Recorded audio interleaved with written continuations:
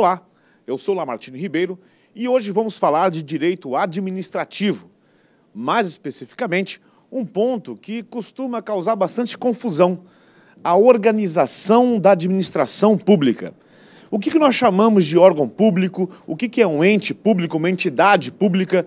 Quais são os órgãos públicos? Então hoje nós vamos tentar dar um panorama geral para nós identificarmos essas diferenças dentro da organização da administração pública. A primeira coisa que deve ser dito é que os seres públicos, especificamente adotados na Constituição Federal, eles se dividem basicamente em 4. Esses que nós chamamos de entes públicos. São seres federativos, eles compõem a federação. Então, sempre que no mundo do direito nós tivermos a expressão entes públicos, são os seres, as pessoas jurídicas. Então, quando uma sociedade entre pessoas, entre particulares, resolve montar uma pessoa jurídica, vai dar um nome para essa pessoa jurídica e essa pessoa jurídica passa a ser uma pessoa que vai modificar, extinguir, criar direitos. Muito bem, o que acontece no mundo do direito público é uma coisa bem semelhante. Mas são somente 4 os chamados entes públicos: União, Estados-membros, municípios e o Distrito Federal. Esses são os seres, é a personalidade jurídica, é a União, o Estado, o município e o Distrito Federal. A par disso, cada ser desses é formado por vários órgãos. Então, um ser, uma pessoa que tem órgãos. Então, quando nós falamos de órgão público, nós estamos falando de entidades ou personalidades que, na verdade, fazem parte desses entes públicos. Depois, nós temos entidades públicas que são criadas por esses entes. Então, vamos já estabelecer essa diferença. Entes públicos: União, Estado, município e Distrito Federal. Esse é o nome da pessoa jurídica.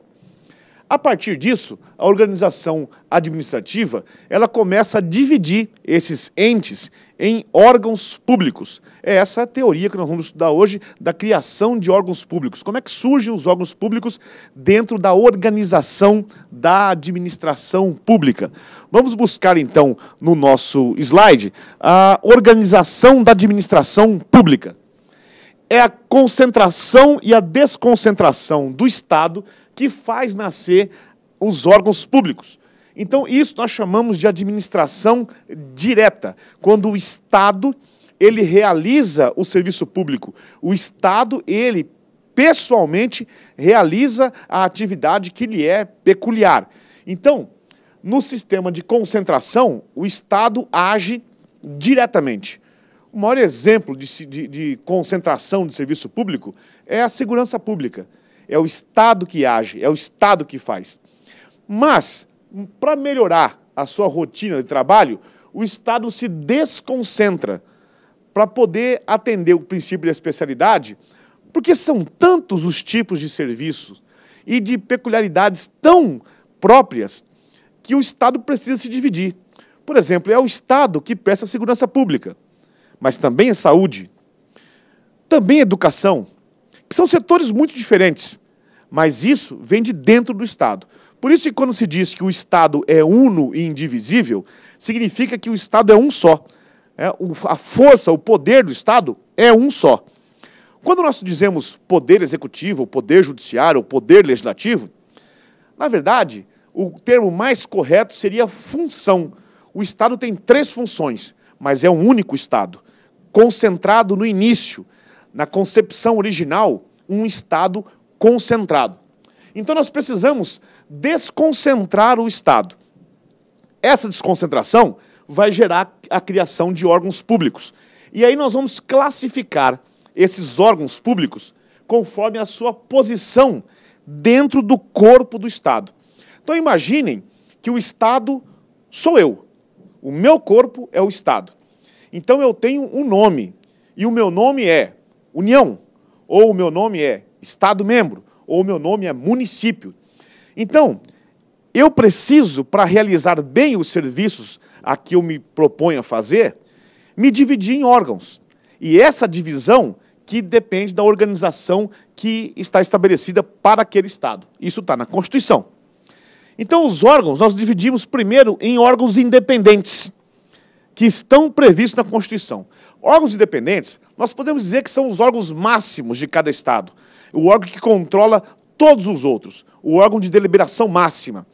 Se eu sou o Estado, nós podemos dizer que o órgão independente é o cérebro. É ele que vai comandar o resto todo. Na verdade, ele comanda tudo. Apesar de, juridicamente, ele não ter personalidade, a personalidade é Lamartine Ribeiro. Mas esse Lamartine Ribeiro tem um órgão que chama cérebro. Tudo bem, mas é um órgão. Então nós não vamos entrar com uma ação, por exemplo, buscando responsabilidade extracontratual do Estado, nós não vamos entrar com uma ação contra o cérebro do Lamartine. Nós vamos entrar com uma ação contra Lamartine. Essa é a ideia do órgão independente. Um órgão independente, por exemplo, na estrutura de um Estado-membro, é o governo do Estado. Governo do Estado é um órgão independente. Prefeitura municipal é um órgão independente. Então nós não entramos com a ação contra o governo do Estado. Nós vamos entrar com a ação contra a prefeitura municipal. Nós entramos com a ação contra o Estado de Mato Grosso do Sul. Nós entramos com a ação contra o município de São Paulo, por exemplo. Então, esse é o órgão independente, é o órgão de deliberação máxima. Podemos dar outros exemplos.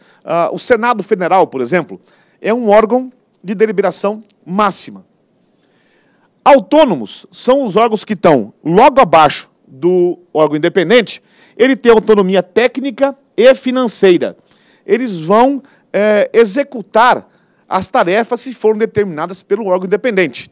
Então, aqui nós podemos incluir ministérios,